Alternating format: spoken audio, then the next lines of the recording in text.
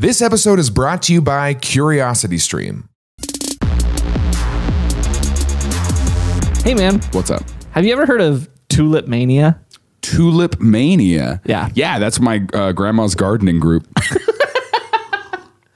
It's actually They meet on Mondays. You got it right. Tulip Mania Mondays, and they go out there and they go, we grow tulips, and they like roller derby at the same time. they're very athletic old ladies. It's pretty crazy. They grow the tulips to put in their helmet. And so they all have these you get it. helmets lined with the tulip bulbs. Yeah. Dude, roller derby girls are like aggressive. Yeah, they are. Yeah. But they like the people. Here's how I imagine the Venn diagram of the stereotypical roller derby girl, roller derby girl, and the stereotypical Hertz donut employee. Oh, it's a circle. They're the same. Wait, so the Venn diagram is it 100% overlaps? Yes, 100%. Yeah. Oh, okay. Yeah. They look the same. Same level of edginess. What about dudes that work at Hertz Donuts? Okay, so the Venn diagram of Hertz Donuts guys and dudes who still have like a 2003 Honda Civic with the tape player, and they have that tape cassette from Walmart that has an aux cord connected to it, so you can plug into your phone. Interesting. Circle. I've never worked at Hertz Donuts, but that describes me really well. Yeah. I don't need to be creative. I'm viral on TikTok. A bunch of people in these other towns were like, okay, I'm going to run too. Succulents on Facebook Marketplace. What was in your basket? And I hype me. Like, all these people getting murdered. We should figure out a better system. Things I learned last night.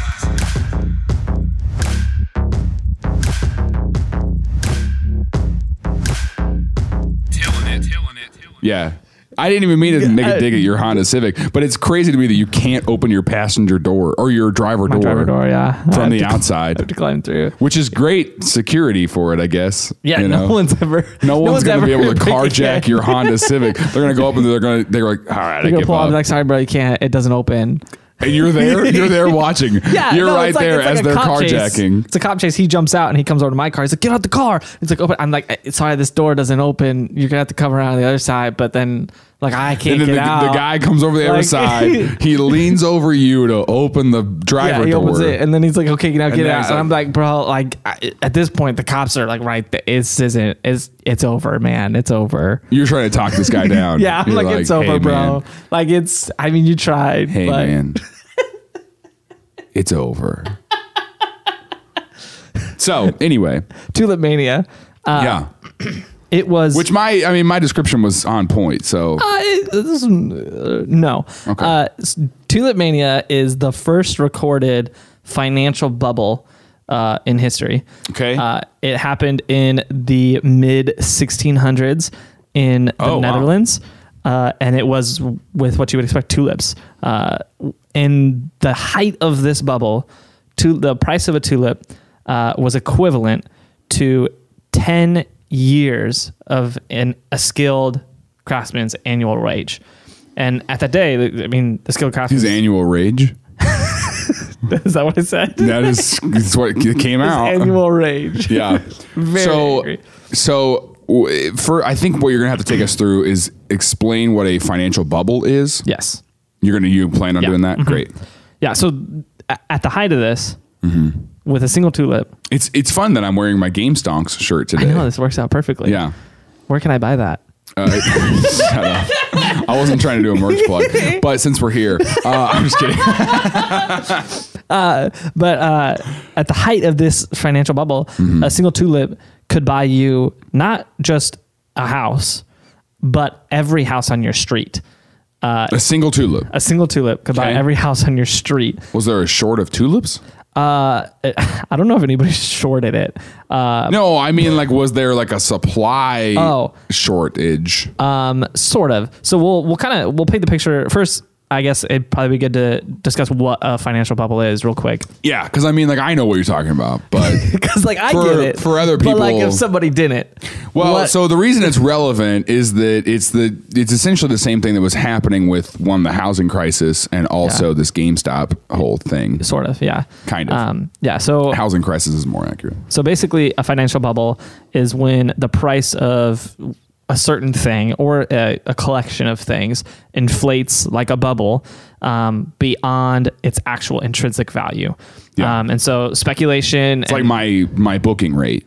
Yeah. It's whenever I do comedy shows is that it's like, this is not worth it. And people are like, yeah, we paid way more than this was worth. Yeah. And I'm like, you're getting bubbled. Yeah. But, but people keep booking you. Yeah. So it just keeps inflating the price. Going. Yeah, and beyond what the actual product is worth. Mm-hmm. So people are whether it's they're speculating that it's going to be worth that or it's hype. Usually, what happens? I was going to say, you could market it into a bubble, basically. Yeah. So usually what happens is there's some sort of shortage or something that makes the supply a little less, and the demand gets really high, and then people. The best way to understand this is when the grocery stores back in March last year started charging more for paper towels and toilet paper because they weren't getting the shipments in, so they didn't have as much, so they started charging more, which I thought was a crime. Yeah, sort of.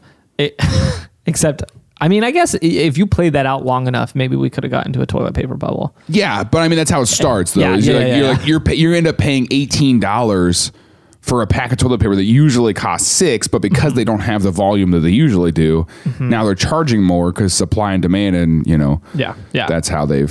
And you let that whole process run wild, and that bubble inflates and inflates and inflates, and the to value the point where the value of the toilet paper could buy all the houses on your street. Yes, exactly. And it's like, well, I might, So, and eventually, what happens with all bubbles is they pop, and the price just deflates back down to where it was, or even lower than where it was before. And what's interesting is like for the housing crisis, that's a good example. That was a bubble where what was being inflated was something that had a real intrinsic value. So it crashed and it dropped below what it was before, but it's rallied, and homes are now worth what they're worth. In that era, they got worth more than they were actually worth, but it's still, they bounced back. But there are certain things like GameStop was a good example where the value of the company is not there. Yeah, it did not equal. It's never going to be worth in what we're doing now. It's not going to be worth the $343 it got to. It won't rally again. And Tulip Mania was a very similar story. Here's how it started. So in the Netherlands, tulips don't exist. Well, they do now. They didn't when this started because they were from like Eastern Asia was where they were from. In the Netherlands, during the height of the Dutch Golden Age, they started getting transported up there through the East India Company. 1600s? When was the Dutch Golden Age? Yeah, it was the hold on, let me double check. Late 1500s to the early 1700s was this Dutch Golden Age. And so this was when really capitalism started, was this Dutch Golden Age. They had the East India Company transporting all sorts of goods and all this different stuff. And they created the first stock market exchange and all these different things that were driving the Dutch Golden Age. In that, they started transporting through the East India Company a ton of goods that were not native to the Netherlands, and one of them was tulips. Tulips became instantly very valuable for a couple reasons. One, they're kind of cool. They're very unique flowers. One, they're cool. They're just cool flowers. Yeah, they're cool. They're cool. Obviously, because they're foreign, they weren't common. So their supply was already pretty low. People really liked them. But what was interesting about the Netherlands in this era is one of the major symbols of opulence was flowers. So not only like would you have like fine around your house or whatever? Yeah, you wouldn't. Would you wear flowers? I don't know if people wore flowers, but what they carried did them around. Yeah. I have more money than you. Is that why they gave us is that why I can carry flowers in RuneScape? You know, you just got that's a real question. You know, whatever. I don't know. Was RuneScape set in the Dutch era? I don't know. Was RuneScape part of the East India Company? You keep saying things as if we're all like, oh yeah, the East India Company. You know what the East India Company is, don't you? No, the EIC. Okay. Anyways, this is not what I do know. Anyway, go ahead. What they would do is Similar to how people will get like jewelry or like gold and silver. It's a sign of... It's a symbol. It's a sign of status. But what they would do is they would line their entryways. It's like whenever you put those wheels that when you stop at a stop sign, the rims don't stop. Spinners? Yeah. It's like when you roll up and you're like, yeah. That guy's rich. Yeah. So, don't know if y'all knew... My wheels are still spinning. My wheels are still going, just like my money. You know what I'm saying? The hustle doesn't stop, and neither do these rims. What they would do is all the way down the entry to the property, they'd have these big gardens of flowers. And so the more flowers people would have and the more expensive those flowers it was a status symbol. Right. And so obviously these became like the status symbol everybody wanted. They're like, I need the good flower. Keeping up with the Joneses. Yeah, exactly. What was interesting was really three big things. Because the Netherlands was so much colder, it was much harder to grow them in this part of the world. Second thing, tulips don't bloom every year. You can plant that and it could take multiple years for that to actually sprout and bloom. Yeah. And so even though they started importing them, it took years for them to actually be able to reproduce and actually start to grow them predictably. The third thing is being in this new environment, they actually contracted a disease, the tulip population in the Netherlands, that caused a deformity that wouldn't allow the blooms to open all the way, the bulbs on the tulips, and shot these colors up all the petals and the flowers, just different colors. They call them flames. And what was interesting about this is not every... Now they're tainted.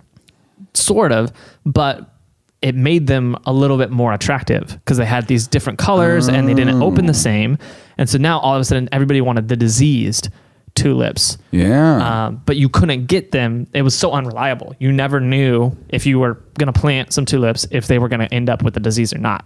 And not every single one in that batch was going to come up with the disease. Some of them would, some of them wouldn't. And so it was so hard to predict what you were going to get. But everybody wanted the disease. Because you couldn't just spread the disease. It's not like chicken pox. You can't put two tulips next to each other. And be like, they're gonna, yeah. Yeah. It was kind of like they had to get it in the ground. Did that with chicken pox? Oh yeah. That was like there's a whole episode of Rugrats about that. There's a whole episode where they I forgot about all gave each other everyone's like, chicken pox. Yeah. Anyway. Yeah, that's weird. What a weird thing that parents did. It wasn't the same. Also, did you know that the parents in Rugrats are supposed to be like in their 30s? And they're like, they look old. They look like they've been through stuff, you know? I mean, they have. Have you seen their kids? Oh my gosh. Their kids are only 2 years old. Yeah. All the things they did. Jeez. Yeah, and they're driving that. Oh man, I want to watch the Rugrats. Yeah. I just want to be a kid again. What are you doing after this? I don't know. Do you want to go to lunch after this? Well, can we watch Rugrats? Yeah. If we watch Rugrats. I'll pull it up on my phone. I'll bring my iPad. We're going to sit at 54th Street. I love that you knew we'd go to 54th. The waiter's going to come up. What are you guys doing? I was just watching Rugrats. Excuse me. Sorry. Could you be quiet? Excuse me. Let me. Sorry, I just like that part.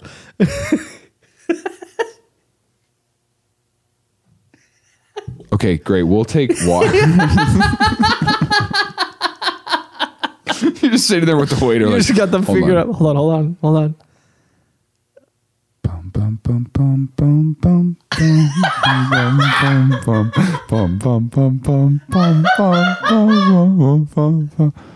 Thank you. I just love the theme song. I'm sorry. Yeah, you're dadgum, dude. My memories. Oh man, that's just fun. Anyway, yeah, they gave it. And parents did that. Parents would just put you next to each other and be like, "You guys are gonna get it." Yeah. So this was different because it was a deformity, so it had to happen before they sprouted. Yeah. So you couldn't. There's no way to predict. And it took years for these things to grow sometimes. So I'm sure some people tried to fake it, forge, forged flowers. Well, what happened? What do they call this? Tulipulocus? Tulipulocus? Tulip.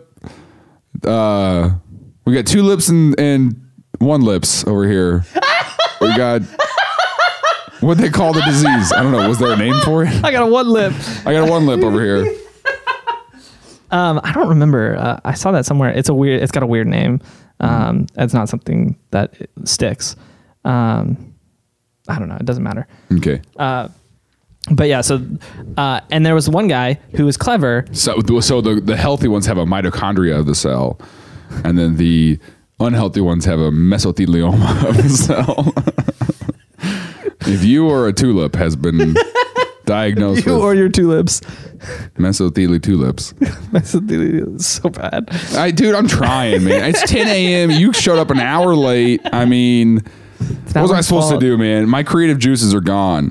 All right. So, and then I guess there's a fourth thing. I don't need to be creative. I'm viral on TikTok. Okay.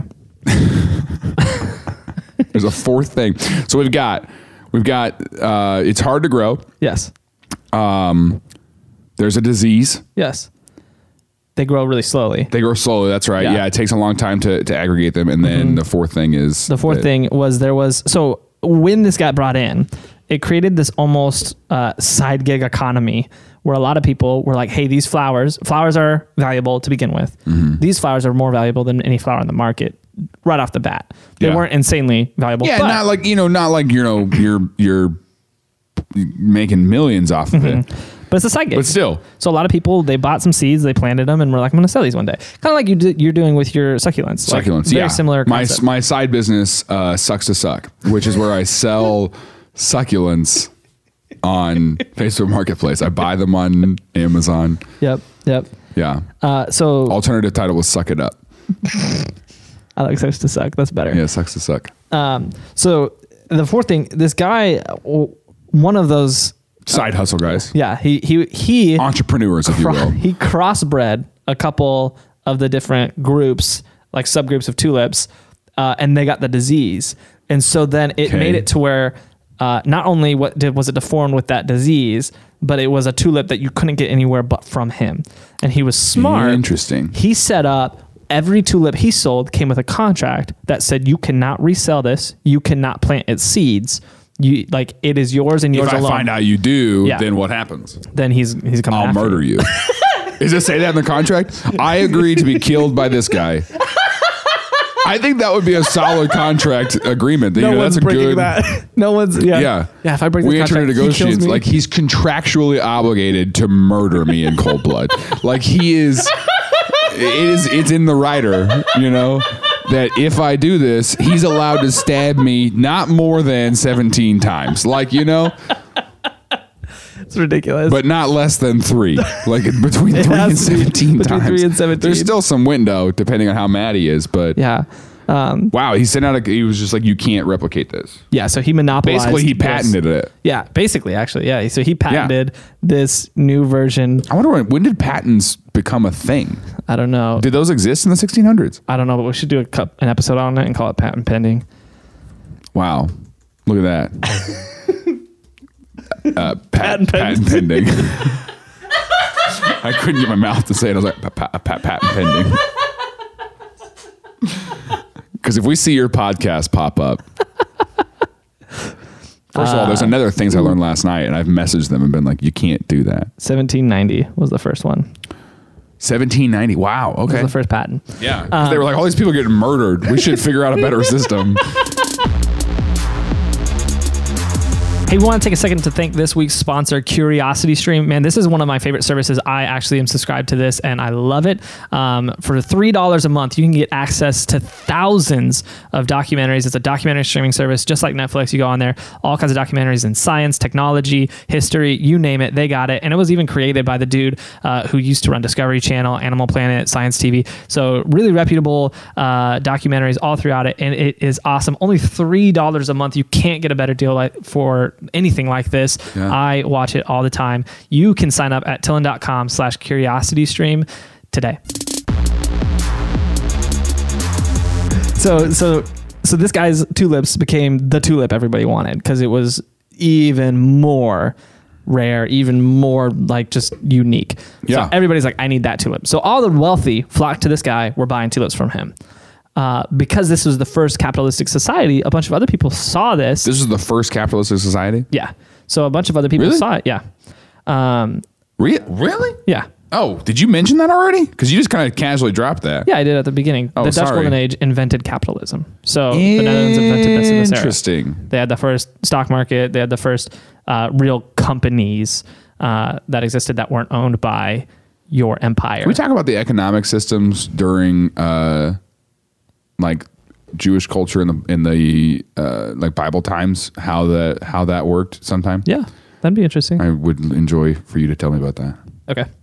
Because I've sometimes I just think about like what Bible characters were doing, because because people are like, Jesus was a carpenter, and I'm like, yeah, do you have a boss? Like, was he out there on the street like, buy this bench? I mean, the Bible doesn't really tell us, but that's what I'm saying. Probably that. The Bible doesn't say that, but we could look at history and say, but we could just make it up. We could. That's what a lot of people do with the Bible. That is also true.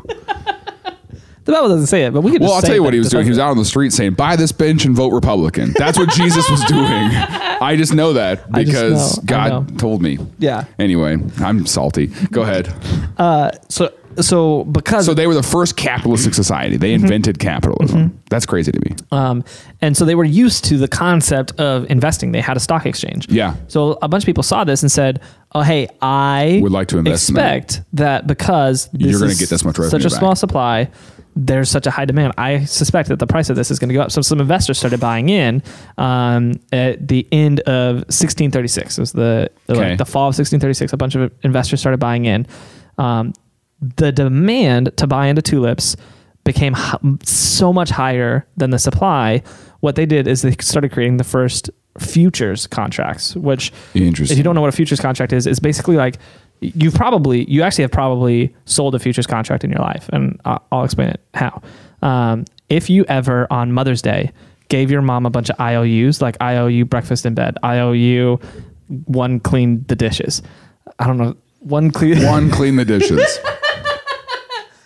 I owe you one clean the dishes. She was like, you owe me like homework. Go learn to talk. Then that's a futures contract. She's like, if the school was busy teaching you instead of having these assemblies with a guy dressed as a sperm, then you would be over here like, one, do the dishes. So that's a futures contract. That is you selling something to someone saying, "Hey, they can cash in later." Yeah, I don't have this product I'm giving you right now, but I will in the future. You can buy it now. Here's your contract, and when I have it, then you get it. But what they quickly realized was, I can buy this futures contract, and then I can sell that to somebody else. Yep. So it helps lower your risk, because you say, okay, there's a risk in that. They never get what they inherit the risk. Yeah, and so then they say, okay, I'm going to buy the futures contract.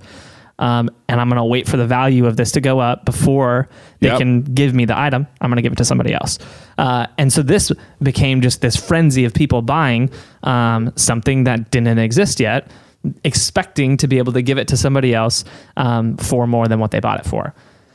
And this cycle just perpetuated and perpetuated. All of a sudden, a bunch of other people who weren't knowledgeable investors or people who had ever done this before got really excited about it, threw all their money toward it.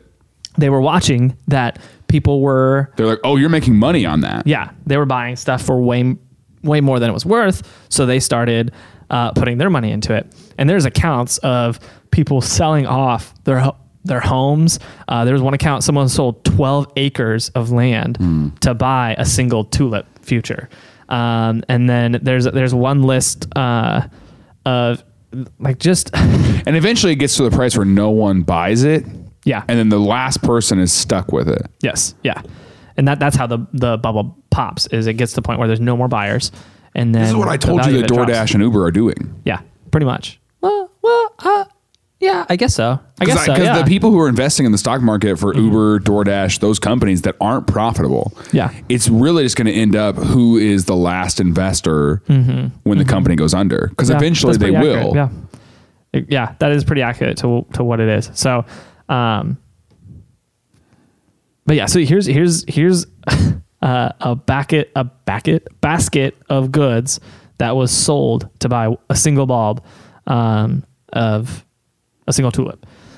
2 lasts of wheat, which is like a measurement that they used. That is like a bundle of wheat. Yeah, kind of, but it's equivalent to about 1,835 kilograms. 1,835 kilograms. So I mean, it's a lot. And then 4 lasts of rye, 4 oxen, 8 pigs, 12 sheep, 2 like what do you call those? Barrels of wine, 4 tons of beer, 5 golden rings, 2 tons of butter, 1,000 pounds of cheese, a full bed. I love that you started to lean into the cadence there for a second. And a silver drinking cup. How much was the total of that basket? So it came total value. It came out to 2,500 guilders, which yeah. Basically a ton of money. Yeah. That's so much. Yeah, so many guilders. That's a lot of guilders. That's a lot of guilders. I'll tell you how many guilders I've had in my life. How many? Like 2. I've had 2 guilders. Anyways, so I mean, it's a lot of money. They still use. I had so many guilders. They called me Bob the Gilder. I'll tell you what. That's a quality joke right there. You can take that one to the bank. That's right. That's what the Dutch invented banks. Gosh. Did the Dutch invent banks? They didn't. I don't think so. I don't know. Maybe. I don't think so. So obviously, people just kept buying and buying. People just, yeah. And the price kept eventually, going up and going up. Yeah. So tell us how a bubble pops. So what happened was on February 3rd, 1637, not even like just a few months later after this went up, the price is now 1637. Yeah, it's been less than a year that they've been selling these futures. About 4 months. Wow. The price has gone from being like... How do they keep track of it? Was there an official ledger that kept track of what one was going for? So it was really interesting the way this worked. It was a lot more grassroots, their market in this day, because there wasn't an official ledger. What it was literally just what the people in that specific market were willing to pay for it. So they would open up, they had these trading. I just didn't know if it was like someone who has one is basically telling you, here's what I paid for this. You go, it's worth a lot more. Or like, they're just basically like, it's worth this much. Kinda. So there was a trading post that they would come to, and they would have these meetings ever so often where people could come and they could trade their tulips. They set it up just for this whole crazy situation that was going on. Okay. And there would be judges that would come and they would say, okay, this person is here with this tulip. You want to buy this tulip. How much do you think it's worth? And they would say, I think it's worth this much. How much do you think it's worth? Basically like an auction? Yeah. And so then they would come, it was kind of like an auction, but what these people would do is they would come together. They would take a mediator. Yeah. The mediator would take the value, the perceived value from the customer and the perceived value from the other person. Mediate it out. Yeah. And come to a decision of what the price was. And then they make the sale. Interesting. They also did do auctions. But over futures or tulips? It was almost completely futures. There was tulips that would come to that, but tulips were so hard to find because everybody wanted them that most of the time they were selling futures contracts. But there was actual physical tulips on occasion there as well. Were there people who tried to copy that guy's idea? Yeah, people broke his contract. So there was people who went and they planted them. The problem is what they were doing is they were taking his seeds and planting to try to grow new tulips, but tulips take years to grow, so they missed the opportunity. Which is by the time it grew, this bubble had popped. Yeah, and so February 3rd. Yeah, February 3rd, 1637. 1637. 13 years before 1650. Thank you. Now that I know, a group came together. It was just like any normal tulip trading day, where what it normally looked like is Tulip Mania Monday. Tulip Mania Monday. They would get together, they would light some cigars, they would get some drinks, and then they'd be like, okay, it's time to buy and sell some tulips. The first tulip came out, and it was kind of a small tulip. And so they started and they said, hey, we're going to auction this tulip because it's a little smaller, it's not fully grown. What are you looking at me like that for? Nothing. I just thought you were doing a bit right now. No, this is a real thing. Okay, fine. I thought you were like, the first tulip came out, and they were like, that's okay. But then this big, strong, very impressive tulip came out next, and everyone was like, we got to bid on this tulip. I literally thought that's what you were about to do to me. That's probably how it normally went. But they brought this tulip that was it was just a small, scrawny, not fully developed tulip. Okay. And so they started bidding. They're like, we're auctioning this one. And so they started bidding, and it only went for 50 guilders, which is significantly lower than what was normal at that point. It was trading for more like 3,000 guilders a single tulip. Wow. And so the auctioneer was like, okay, that's a little weird, but this is kind of a sad tulip, so maybe it's a unique thing. So they got it. The next tulip was a big, impressive tulip. That one auctioned for only 10 guilders. So then he was like, so what was happening? Well, for some reason, something twisted in that day of trade. And it's everyone was like, people who were there to buy, for whatever reason, saw these tulips and they said, I don't think this is worth as much as we're paying for it anymore. So they started auctioning, and for the people that were there buying, they realized, okay, my risk isn't worth what the cost of this is anymore. So instead of it driving up to the 3,000 that it was normally trading at, it was trading at 50 and then 10. And then eventually there was one at the end of that day, a future that traded for 2 guilders. So, but that person had paid 2,000 for it. Yeah, probably closer to 3,000. Yeah, was where it was hitting at the end of January, and now beginning of February, it is back down to 2 to 3 guilders a piece. And what was really interesting is in this era, you didn't have a unified system for your markets. You would have to go town to town. So all those people right after that meeting that were investing in it, they went and they hopped on their horse and went to the next town over and brought all their tulip futures and all their tulips. And we're like, hey, I'm selling a bunch of tulips. Who wants them? To try to get rid of some of their damage. Yeah. So before the word gets out that they're worthless. That they're worthless again. Yeah. So these people start going out and selling them, and some people were buying, but a bunch of other people noticed, hey, why? All of a sudden, these people are like, hey, I know that usually it's like 3,000 for one, but I've got 10 for 3,000. So it created this panic where a bunch of people in these other towns were like, okay, I'm going to run too. And so then they did the exact same thing and they started selling. And within a matter of days between February 3rd and February 9th, it dropped below what it was at the beginning of December, which was still pretty high. Yeah. And then there's a gap in our records. We don't know exactly what happened between February 9th and May 1st. They kept really good records up until this point. There's a gap there for some reason. All of March and April. Yeah. For some reason, we just don't have any data of what happened, but we know May 1st, it had dropped below what it was when this whole thing started. So it was only a single guilder per tulip. So there's people who... But I'm saying, like, what leads to that? Is it just people in the market realizing? Is it just now there's too many tulips? So it actually kind of goes back to a little bit of what we talked about with Bitcoin. The value of... The value of anything is just commonly we all agree it has value. Yes, but also it's trust. You trust that the person you're buying from is saying, one, what they're actually selling you, and two, that the value of it is worth what they're saying it is. And even beyond that, everybody out there who was investing in it was telling everybody, hey, if you buy this, it's going to go up in value. It's going to be worth more. But the public started to catch on and say, wait, these are flowers. These shouldn't be worth as much as an entire street of houses. Like, there's nothing about this that makes it worth this much. And they started to say, maybe this person is wrong.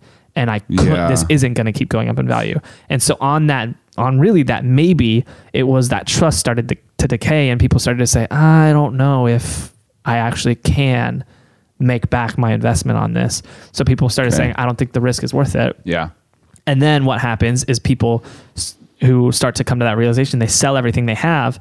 And so they sell it all, but the demand starts to go down. So now you can't find buyers for what you're selling. Right. And so that's what makes it really pop.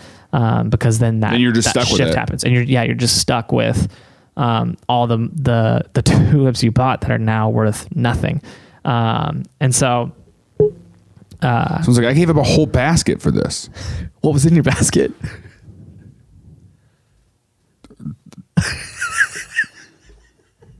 $11 drummers drumming.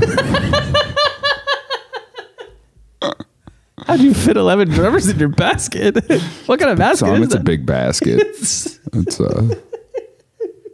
I mean, to be fair, this basket of goods had 4 ox in it. Yeah, it's a big basket. I had to have my other 4 oxen pull it.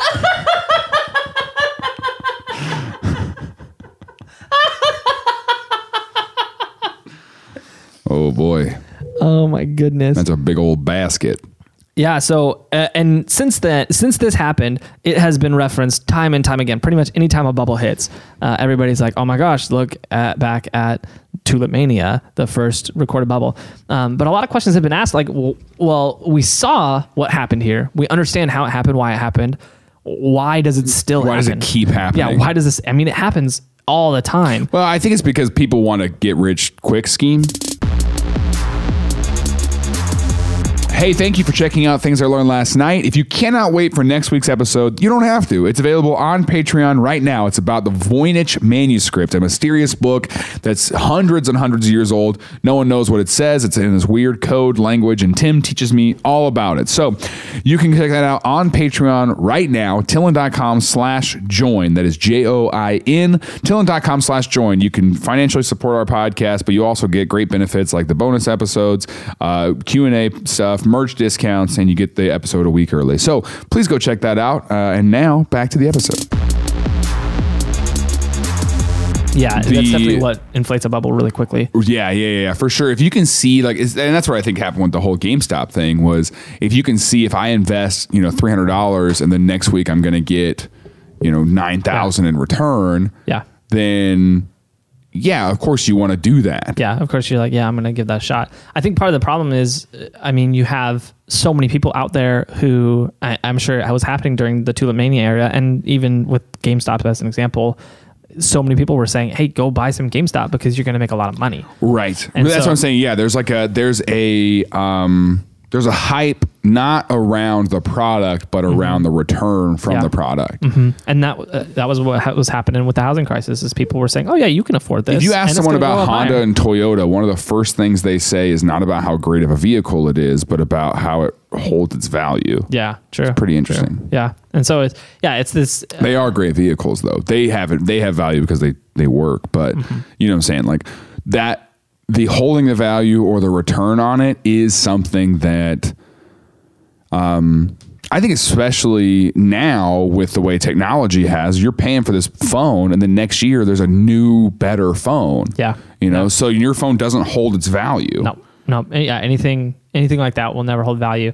And you gotta recognize, like, everything has its intrinsic value. Yeah. And then it has its perceived value. And if that doesn't match up, then you got to say, okay, that's not worth investing into. Like, sure, you might want it, so you might buy it, but it's not worth investing into it. Yeah. And that's why, like every time there's a bubble, the New York Stock Exchange, the Dow Jones, they all bounce back. And usually they end up higher than what they were before the crash. The housing market, same thing. The housing market crashed. Value went really low, but now it's bounced back. Yeah, because a house has value. Yeah, something like GameStop, something like Tulips, they're not going to bounce back. They're going to crash, and they're going to stay crashed because it can't return on that money. And that's, I worry. We did the episode on Bitcoin, but I worry about Bitcoin because it's going to tank. It's going to crash. When we did that episode 2 months ago, we were talking at 30,000, and now it's close to 60. It doubled since we talked. And I'm sure by the time this episode comes out, it's going to be even significantly higher than 60. You think so? Should I put money in today? Well, here's what's difficult. Is this investment advice now? Should we? No, nothing we say is financial advice. You should definitely not take anything we say seriously at all. Nothing. But what's tulip stonks? The system? Because brokers, they benefit off you buying stock. Yeah. They're not fiduciaries. They don't have to behave in your best interest. Yeah. They have to behave in their best interest. And so they want you to buy stuff, even if it's going to screw your portfolio up totally. Yeah, they don't care. They don't. And so people... Same thing. They're like car salesmen. They're getting all this advice from... Used car salesmen. They're like used car salesmen. They're getting advice from people who... They don't care if sometimes I think about that. I think about the guy in a small town who just owns like a car lot. He's just a good guy. He's just trying to get people the best deals. He's selling vehicles that are worth it at a fair price. He's not trying to mark them up too much, but then he's a used car salesman, So he just gets this bad rap, It's just kind of like, or a personal injury lawyer that is just like, I actually care about people and I want to see people succeed and get justice. And then there's other personal injury lawyers that are like, personal injury lawyers, they're whole like ambulance chasers. That's like that's what they're known for, and they're like the devil. They're just like, I'll get you a lot of money. You know, like that's it. So I just think about that, you know. Okay. I'm sure there's a broker out there who's got a good family, you know? Yeah, probably. A nice dog, a hot wife. Okay. I was trying to think of like the youth pastors where it was like, I've got a hot wife. You know, he's got like a beautiful family, kids that respect him. Did you ever hear that at Evangel? And we're over here talking bad about brokers.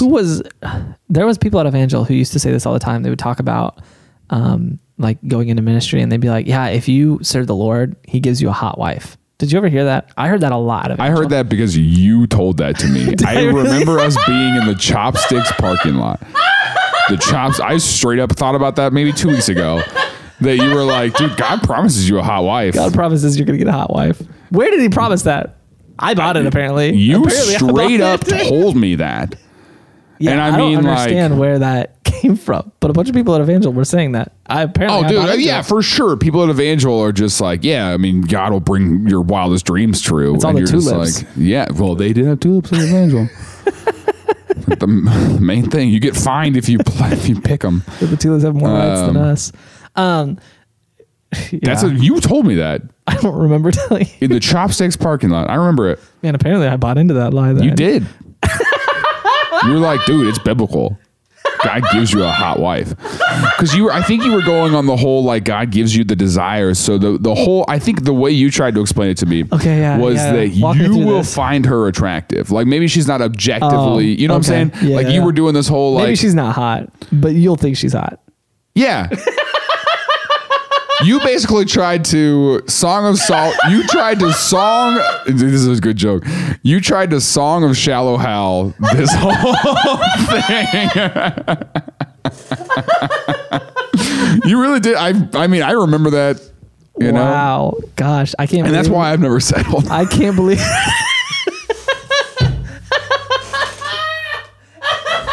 You told that to 400-pound Jaron on our way into a Chinese restaurant. And I was like, it was our third trip that day. Yeah, God's going to give me a hot wife. That makes sense to me. I mean, if I serve him faithfully, I'm going to get a hottie. How did that come up? Were we just walking in? I was like, hey, you know what, Jared? God's going to give you a hot wife. We were in the car on the way to Chopsticks. I don't remember. No. You weren't talking about it to me. You were talking about it for you. You were being pretty selfish about it, too. I was like, yeah, I know God wants to give me a hot wife. I really do think you tried to explain it in the, you'll be attracted to her way. But I remember that. So I love that you tried to pass that off on other people, though. You're like, don't you remember those idiots at Evangel who thought that? Yeah, I do remember that. I really honestly don't remember buying into that. Do you think your wife's hot? Yes. Then there you go. God bless you. It is biblical. It worked. That's what I get for being faithful. Yeah, but now that you quit your ministry job, who knows what happens? Yeah, she's gonna lose an eye. Dude, if Brie had an eye patch, oh man, we're gonna get not that I never hope that happens. I'm like, it's my fault. I left the church. I left the church job. Yeah, I'm sorry I did this. I could never forgive myself for what I did to your eye. You had nothing to do with it. You weren't even there. No, it was my fault. It's biblical. It's biblical. It says if your wife loses an eye, it's your fault. Yeah. That's ridiculous. A wife's eye for a lie. I think that's a proverb. So anyway, yeah, what I'm saying is that the hot wife bubble was going to pop. And it did. Yeah. But you know the bubble that's not going to pop? What? You know what's never going to lose its value? What? God's love for you. Oh, okay. Because Jesus paid the price for your life. And that was something that... And that price just keeps going up? I think this analogy's popping. No. Anyway. Whatever. Yeah. So...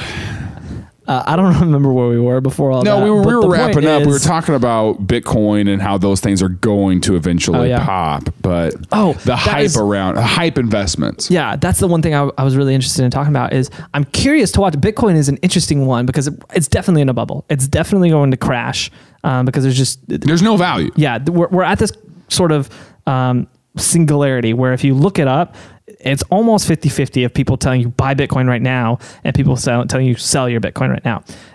When the sell overweighs the buy, then that's when we're going to start. Yeah. And so that's when you end up with overstock. And that's when that's why you have a clearance section of ugly shirts at Target that you're just like, you thought this was going to sell. You thought people were going to buy that?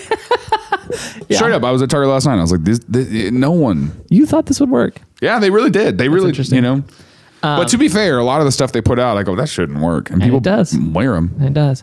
But yeah, so it's going to crash. What I'm really interested to watch is I think we don't know what the intrinsic value of Bitcoin is yet because it isn't being used like it's intended. So I'm really interested to see what happens after the crash because I invested in Dogecoin. Isn't it Doge? I don't know.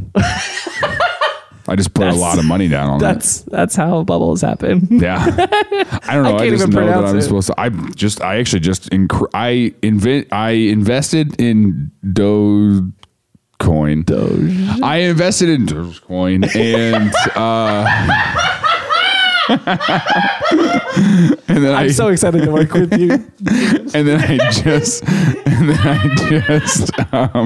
invented Tulip Coin, so I'm pretty excited about that. Tulip Coin. Tulip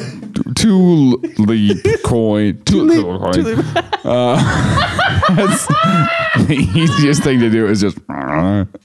How often do that's you like do that when you're think? Oh, I use that in several relationships. With a girl dropped an "I love you" and I went, oh, dude, what'd you say? That wasn't an investment I wanted to make, is what I'm saying. The value wasn't there for me yet. I felt terrible.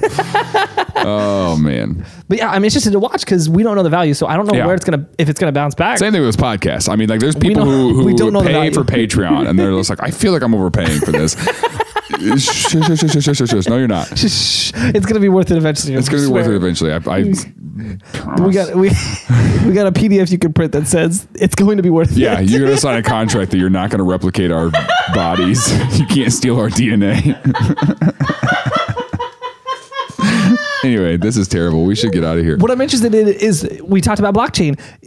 Could blockchain solve this problem of the bubbles? Because what the reason it creates it creates a ledger that exists where you can see what it was. Yeah, and but isn't that what a chart is on a stock or on Bitcoin, or you can see the value before? Yes, but what blockchain does that's unique is the whole reason blockchain exists is it was to take trust away from having to trust one person. And so it makes it to where you can trust the system. So now you know for sure, okay, this is actually going to be worth what it's saying it's worth. It's not just some guy trying to sell me this thing. It's not some guy writing an article. Jump something. It's something where you can know for sure, okay, this is actually worth the value. It's not just being inflated. I'd be interested to watch if blockchain got implemented. I don't know what kind of way you'd have to into the stock market, I guess, if it could help mitigate financial bubbles. I don't know. Interesting. Because the financial bubbles are largely because of hype and trust. Like you trust someone too much, so you buy in, and then there's a bunch of people who get hyped and just drive it up way too high. So here's the thing, though, and this is the last thing we're going to say because the episode's over. Great, thanks. Do you have more? No, but I'm just glad you decided. I don't want to put this out. Because I don't want people to lose trust or hype for me. Like I need that. That's how I've built social media. Like there's got to be a trust and a hype. Yeah. And I trust you. Yeah, and I hype me. So, hype 5, bro. Hype me.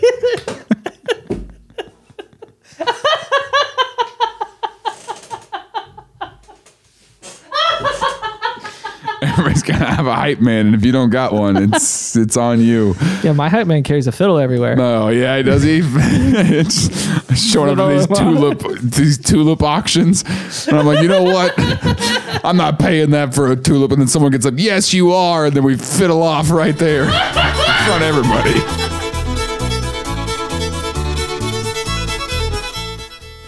Hey, thanks for watching Things I Learned Last Night. Don't forget to like, comment, subscribe, and watch some of our other videos. They're showing up on the screen somewhere around here right now. We'll see you later.